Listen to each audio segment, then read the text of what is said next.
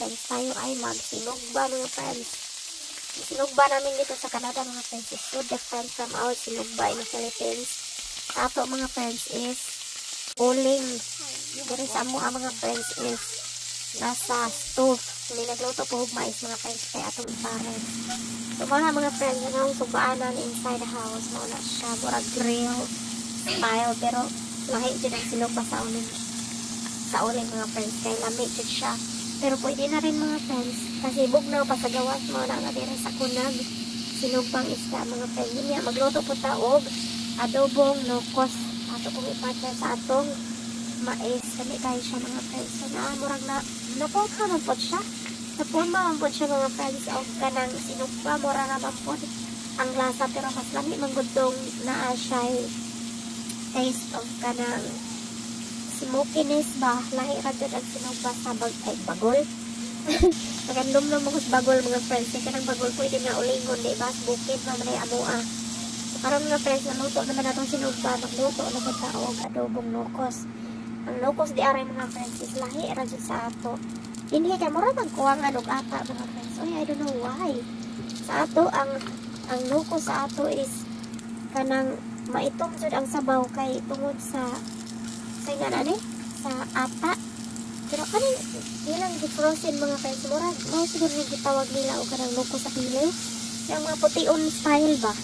Pero lami ra man po siya mga friends, pero di ganahan bana sa baho kay naman ko lagi baho ng nukos mga friends. Lahi ra po kung frozen na ba, lahi ra din siya kaysa fresh na to. Pero okay naman po siya.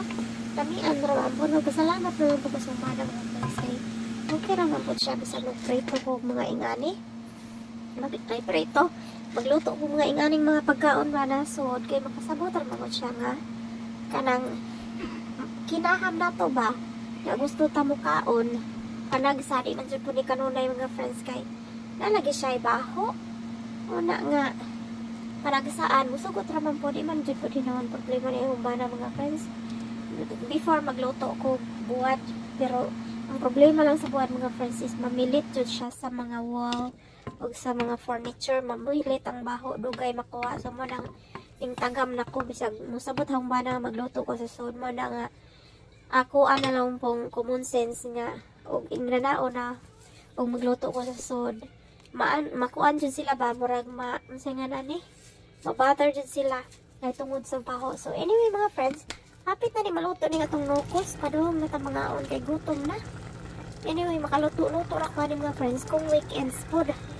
Tawa ko'y time kung after work kay tapulan kay kung mga friends ay after work gusto naman ko maglingkod-lingkod. Nya, kanang tanaw TV usay ganahan ko magluto og baon din magluto. So ana, mauna na siya mga friends, mga una ta. Kay naluto na ang atong sinugba o ang atong adobong nukos. Thank you for watching. I'll see you again in our next vlog. Bye. God bless.